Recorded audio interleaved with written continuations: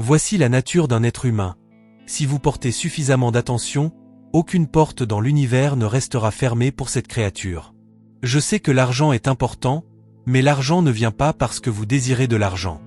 Il vient parce que vous faites quelque chose de bien. Au lieu de penser à combien d'argent vous voulez gagner, regardez ce que vous voulez créer. Si ce que vous créez a une réelle valeur, l'argent viendra naturellement. Prenons des exemples modernes, Narayan Murthy, Aka Burger. Ces personnes n'étaient pas obsédées par l'argent. Elles se sont concentrées sur la création de quelque chose de précieux pour tous, et l'argent a suivi. Surtout, si vous créez quelque chose que vous valorisez, quelque chose qui a une immense valeur pour la vie des autres, vous ressentez la joie de créer. Le montant d'argent dépend des circonstances et des époques.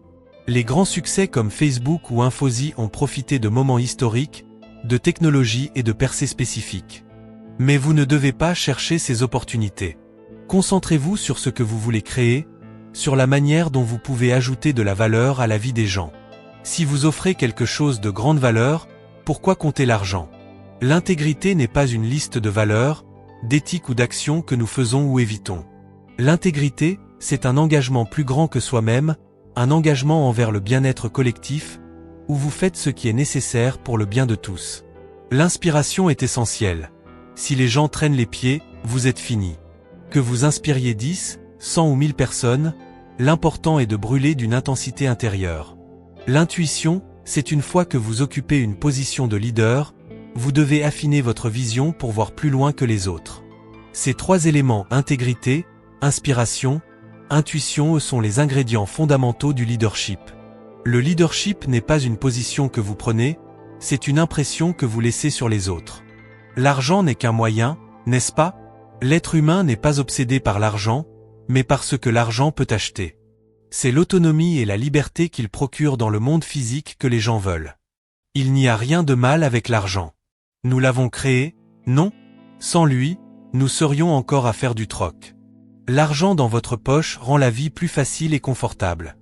C'est parce que vous avez un peu d'argent que vous pouvez penser au développement intérieur. Sans argent, cela ne serait pas possible. Mais si l'argent entre dans votre tête, il devient une perversion. Gardez l'argent dans votre poche, pas dans votre esprit. Le syndrome du déficit d'attention vient du fait que l'éducation est devenue une accumulation d'informations. Plus vous entassez d'informations dans un esprit, surtout dès l'enfance, plus il développe une aversion pour l'attention. L'information donne une fausse impression de tout savoir.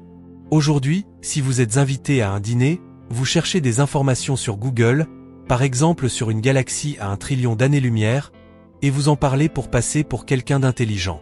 C'est un problème, nous confondons information et intelligence. Un entrepreneur ou quiconque veut naviguer dans une situation a besoin d'intelligence, pas seulement d'information.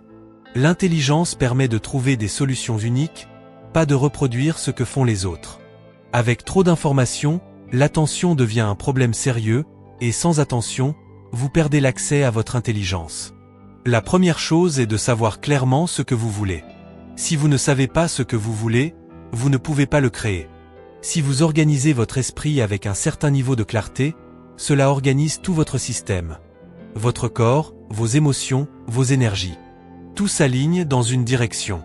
Une fois ces 4 dimensions corps, esprit, émotion et énergie organisées dans une seule direction, ce que vous souhaitez se réalise, même sans effort physique.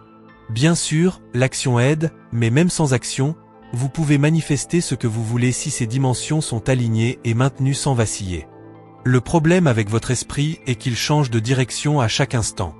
C'est comme vouloir atteindre une destination mais changer de cap tous les 2 pas.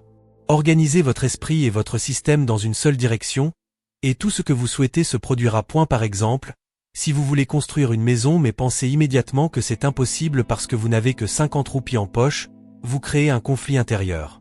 D'un côté, vous désirez quelque chose, de l'autre, vous dites que vous ne le voulez pas.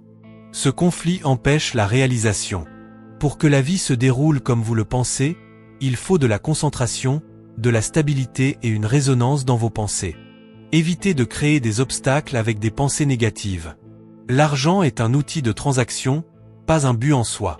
Les gens ne veulent pas simplement vivre bien, ils veulent vivre mieux que leurs voisins, ce qui rend l'argent important. Mais courir après l'argent devient une course sans fin. Vous pourriez créer en peu de temps ce dont vous avez besoin pour votre vie et ensuite vous concentrer sur ce qui est significatif, plutôt que de courir après un outil créé pour simplifier les transactions. Malheureusement, l'argent, au lieu de simplifier, a compliqué la vie humaine parce que les gens en ont fait un objectif. Historiquement, les populations qui deviennent riches pendant plusieurs générations deviennent souvent frivoles. Les crises et les luttes semblent maintenir les gens raisonnablement concentrés. Le bien-être durable a souvent été un désastre pour les civilisations, car les gens ne savent pas le gérer. Pourtant, certaines cultures ont montré dans le passé qu'en intégrant des pratiques spirituelles à la richesse matérielle, les gens restaient stables. Aujourd'hui, avec plus de personnes ayant accès à plus de richesses qu'à aucun autre moment de l'histoire, il est crucial que ce bien-être matériel soit tissé avec une conscience spirituelle pour éviter les dérives.